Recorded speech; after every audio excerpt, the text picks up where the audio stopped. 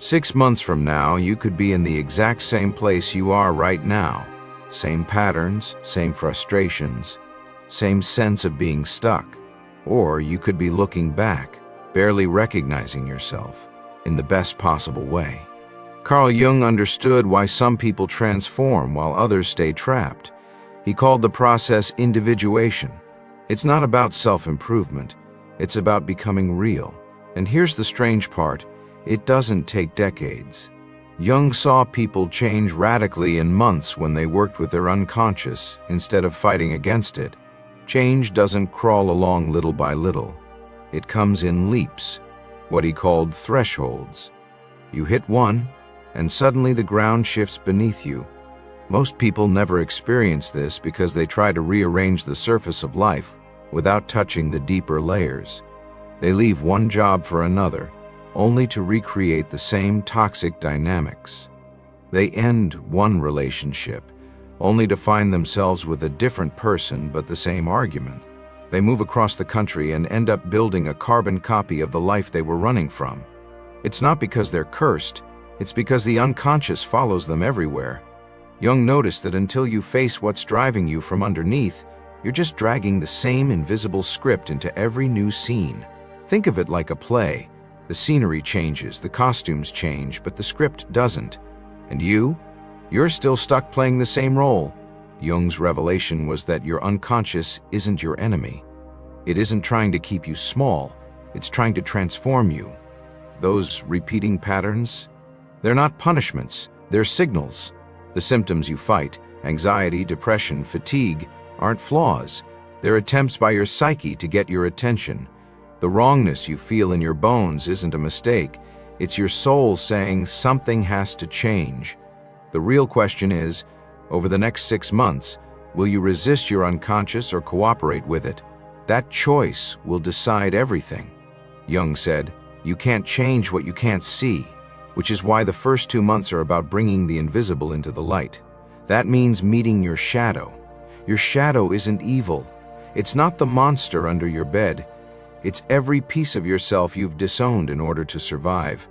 The anger you swallowed so you'd be seen as nice. The ambition you dimmed so you wouldn't be judged. The sensitivity you buried to appear strong. All of it got exiled into the dark, and from there it's been pulling the strings. Jung's method for uncovering your shadow is simple but uncomfortable. Spend 2 months tracking your emotional triggers. Every time someone sets you off, every time you feel a strong reaction, write it down. That arrogance you can't stand in someone else, that's often your disowned confidence. That clinginess you find disgusting, that might be your rejected need for care. That selfishness that drives you crazy, it could be your buried right to put yourself first. Your triggers are a mirror. They point directly to the parts of you that need reclaiming. Then notice your projections. The stronger your conviction that someone else is the problem, the more likely you're looking at your own reflection. Jung believed we don't see others clearly. We see our own unconscious material plastered onto them, like a movie projector, casting our unprocessed parts onto anyone who walks by. One of Jung's patients hated weakness in others. It made him furious. But when he tracked it, he discovered he wasn't actually seeing weakness. He was seeing vulnerability. Something he'd buried so deep he didn't even know it existed in him. His hatred wasn't about others at all. It was about a part of himself he had abandoned. And don't forget your admiration. The shadow doesn't only contain what you dislike, it also hides your golden qualities, the traits you see in others and think, that could never be me. The brilliance, the creativity, the courage you put on a pedestal, those are yours too. They're just trapped in your golden shadow. The first 2 months are all about mapping. You're not fixing anything yet, you're gathering data. And what happens is almost magical. Just seeing your shadow begins to loosen its grip. Awareness itself starts to shift the pattern. By month 3, you'll have a shadow map. You'll know what triggers you, what you project, what you've disowned. And now the work changes. Jung called this integration. It's not about eliminating the shadow. It's about making peace with it. He used a practice called active imagination. It sounds strange at first, but it's powerful. You sit quietly, focus on one of your shadow aspects, maybe your anger, maybe your selfishness, maybe your sensitivity, and let it appear in your imagination however it wants, maybe as a fire, a warrior, a child, a storm. You don't control it, you just let it show itself. And then you talk to it. Ask it why it's here. Ask what it wants you to know. Ask what gift it's been holding for you. And here's the part that always surprises people. These parts of yourself aren't trying to destroy you. They've been waiting for you. They've been carrying energy you desperately need. That anger you rejected, it might turn out to be the power to set boundaries. That selfishness, the wisdom of self-preservation. That vulnerability, the strength to connect deeply. Jung experienced this himself. His rejected aggression wasn't trying to make him violent, it was trying to teach him how to protect himself. Once he integrated it, he didn't become cruel, he became whole. One woman Jung worked with was a chronic people-pleaser. She couldn't say no. Through active imagination, she met a fierce inner protector she had exiled as mean when she was young. That part had been buried for years. When she welcomed it back, she didn't turn into a monster. She simply gained the ability to finally draw boundaries. Her shadow didn't disappear, it transformed. This is what the 3rd and 4th months are about. Reclaiming the energy trapped in your shadow. Every piece you integrate stops sabotaging you and starts strengthening you. By the end of month 4, you're not the same person. You're more grounded, more real. You feel energy you haven't felt in years. But this is only preparation. The real breakthrough comes in months 5 and 6. This is where Jung described the transcendent function, where the conscious and unconscious stop being enemies and start collaborating, where the old identity collapses so something new can be born.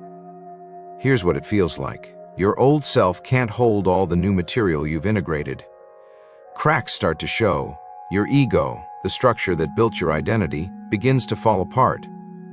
Jung called this ego death, not literal death, but the end of the false self you built to survive.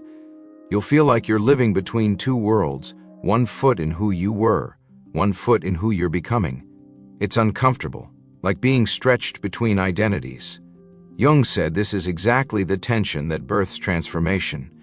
If you can hold it without collapsing back into old patterns, something remarkable happens. Your psyche creates a new center, a self that isn't built on masks but on truth. By month 6, the shift becomes clear. Patterns that ran your life lose power. Triggers don't sting the same. Decisions come from a deeper place. You realize you're not being driven by fear, approval, or old wounds. You're being led by something larger. Jung called it the self, with a capital S. All along, Jung emphasized 2 practices to accelerate this: recording your dreams and noticing synchronicities. Your dreams are your unconscious speaking directly. Write them down every morning.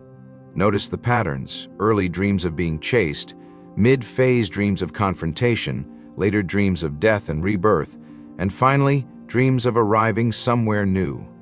They trace your journey in synchronicities. The uncanny coincidences that seem too perfect to be random become more frequent as you align with yourself. The book that falls into your hands at the right moment, the person who shows up with the exact answer you needed. These aren't accidents. Jung believed they're the outer world responding to your inner transformation. Here's the part most people don't understand. By month 4, transformation becomes irreversible. Jung called it the point of no return. Once your old identity starts collapsing, you can't rebuild it. You can't go back to who you were, even if you want to. And this is where most people panic. They feel life breaking down, relationships ending, jobs feeling unbearable, old habits crumbling, and they mistake it for failure. But it's not failure, it's progress. The false life has to fall apart for the real one to emerge. Jung compared it to the night sea journey, a passage through darkness where the old self dies so the new one can be born. It's terrifying. But if you keep going, the psyche completes the transformation on its own. You don't have to force it. The momentum carries you. One patient described it perfectly. I woke up one day and couldn't remember how to be who I used to be. It was like trying to wear clothes from childhood. They didn't fit anymore. and I couldn't imagine ever squeezing back into them. That's what real transformation feels like. Not an upgrade of the old self, but the birth of someone entirely new. So, here's the choice. 6 months will pass no matter what. You can keep circling the same cycles, living the same script, repeating the same patterns, or you can step into this process and let your psyche do what it's been trying to do all along. Jung gave us the map. First 2 months you uncover your shadow. Next 2, you integrate it. Final 2, you hold the tension until your self is born. Along the way, you track dreams, notice synchronicities, and stay with the discomfort instead of running. It's not easy. Shadow work never is. Integration can feel destabilizing. Ego death can feel terrifying. But the discomfort is temporary. The transformation is permanent. Once you've seen your shadow, you can't unsee it. Once your self emerges, it doesn't go back into hiding. Once you've individuated, you can't undo it. The next 6 months are going to shape you either way. The only question is, will you let the old self keep running the show, or will you let it die so the real you can finally live? When the 6 months pass and the dust settles, something subtle but undeniable begins to happen. The world looks the same, but you don't move through it the way you used to. You walk into the same places, meet the same people, hear the same conversations, but your body doesn't react with the old tension. The old patterns are gone, and you feel lighter in a way you can't quite explain. Friends might notice it before you do. They'll say you seem calmer, clearer, maybe even quieter. But it's not the kind of quiet that comes from holding. It's the quiet of not needing to fight with yourself anymore. You're not at war with your own emotions. You don't have to second-guess every decision. You've stopped performing. Relationships shift almost immediately. The ones built on old patterns, on pretending, pleasing, performing, they don't survive this new version of you. Some people pull away. Some accuse you of changing, and they're right, you have. But you no longer trade your truth for their comfort. You stop apologizing for wanting peace. You stop saying yes when your body screams no. You stop explaining why silence feels better than noise.